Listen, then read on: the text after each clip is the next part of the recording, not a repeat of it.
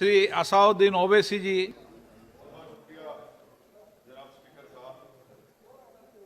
Sir, मैं इस bill की मुखालिफत में खड़ा हूं और इसलिए खड़ा हूं क्योंकि मेरा एक पार्टी का कंसिस्टेंट पोजीशन है कि जब इस हुकूमत ने दफ़ा 370 को अपनी ब्रूट मेजॉरिटी के ताकत की बुनियाद पर अनकॉन्स्टिट्यूशनल तरीके से उसको ख़त्म किया, मैंने उस वक्त कहा था कि एक कॉन्स्टिट्यूशनल ब्रीच है और मेरा ये कंटिन्यूस मौक़िफ़ है। सर, मैं इस बिल की मुखालिफत इसलिए भी करता हूं क्योंकि इसी ऐवान में खड़े होकर वज़ीर दाखिला ने कहा था कि ये हुकूमत जल्द से जल्द रियासत जम्मू कश्मीर के स्टेटहुड को बहाल करेगी।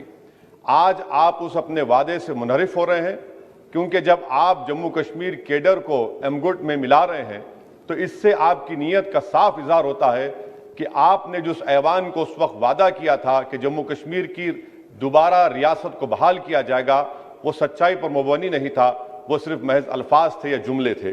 तीसरी बात यह है कि सर, एक ऐसी रियासत जहां पर मुसलमान तनासुब में ज़्यादा हैं मगर पहले से अफसरशाही में उनका तनासुब बहुत कम था। मैं आपका आदाद शुमार आपके सामने रखता हूं सर। 24 सेक्रेटरी के पोस्ट हैं जिसमें से सिर्फ 5 कश्मीरी मुसलमान हैं। 58 IAS के पोस्ट में सिर्फ 12 मुसलमान हैं, यानी 17.24।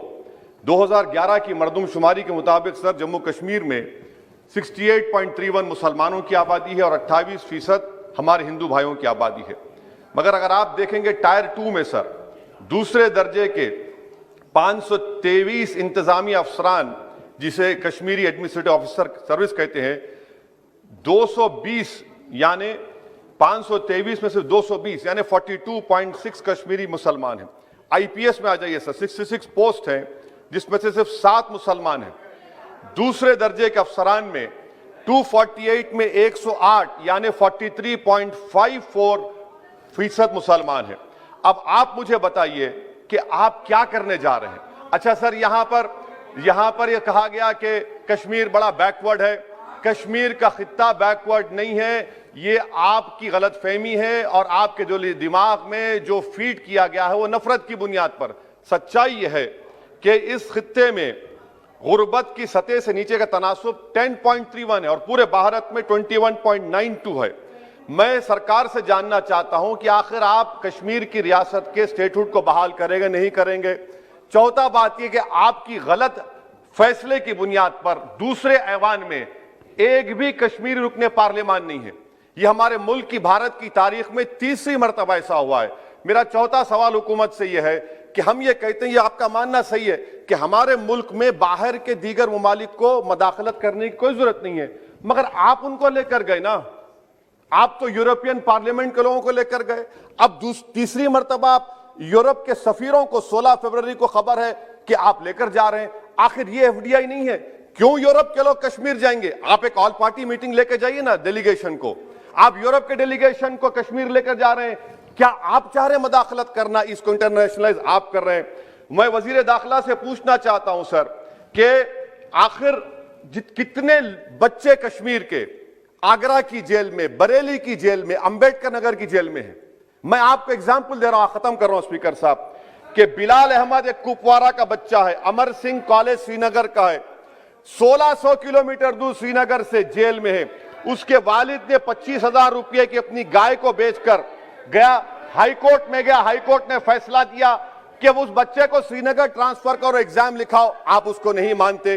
एक और फैयाज है बरेली के जेल में, इसको आपने बरेली के जेल में डाल दिया। उसके वालिद ने 35,000 रुपया का कर्जा लेकर गया। अब बताइए आप, नवीद है बारामुल्ले का, कहां से ये अपनी जमीन बेचकर उसके वालिद गए। आखिर कितने बच्चे PSA के तहत जेल में हैं? आप उनको कब छोड़ेंगे? और मैं ये बड़ी आखिर में आपसे कह रहा हूं स्पीकर साहब कि यहां पर जितनी नाम निहाद सेकुलर पार्टियों ने हुकूमत के इस इक़दाम की तायीद की, तैयार हो जाइए। ये हुकूमत जो करती है ना, ये दोबारा दोहराएगी और हम तारीख में देखेंगे कि खुदा ना खास्ता चेन्नई को, अहमदाबाद को, बेंगलुरु को, हैदराबाद को यूनियन टेरिटरी बनाएंगे ये लोग। ये कश्मीर में तो एक एग्जाम्पल बना दिए, यहां तक तजुर्बा किया गया। आज ये सब बैठकर थाली मार रहे हैं। जब लखनऊ UT बनेगा, جب بنگلورو یوٹی بنے گا, جب ممبئی یوٹی بنے گا, اس وقت ہائے ہائے کریں گے. یہ کنسسٹنٹ پالیسی آپ کی ہے. اسی لیے سر میں ہوم منسٹر سے جو سوالات کیا ہوں, میں آپ سے پوچھنا چاہتا ہوں, اور یہ 2G سے 4G کر کے آپ نے احسان نہیں کیا, امریکہ کے دباؤ میں آپ نے کیا. بریڈ شرمن سے بھارت کے سفیر نے ملا, امریکہ نے سٹیٹمنٹ دیا, اور آپ نے 2 دن میں 4G کو بحال کر دیا. آپ اس مسئلے کو انٹرنیشنلائز کر رہے ہیں, یہ غلط ہے, اور اس سے کشمیری عوام کا ڈس ایمپاورمنٹ ہوگا, ایلینیشن بڑھے گا. شکریہ سر. ناظرین, اس خبرنامے کے تعاون کردہ easy express 99 store, Toli Chowki, podium مال, حیدرآباد. دوستو آج ہی وزٹ کریے ایزی ایکسپریس 99 اسٹور, پوڈیم مال, ٹولی چوکی, گراؤنڈ فلور, اور ہم سے مل کے جانیے بزنس کرنے کا طریقہ. ہول سیل میں آپ مجھ سے مال لے سکتے ہو, اور فرنچائز کے بارے میں جانکاری لے سکتے ہو, کس طریقے سے کھولنا ہے, پروموشنز وغیرہ کے بارے میں. کانٹیکٹ کریے اس نمبر پہ. چلو چلے 99 ایزی ایکسپریس 99 چلو چلے 99 چلو چلے 99 چلو چلے 99 ایزی ایکسپریس 99.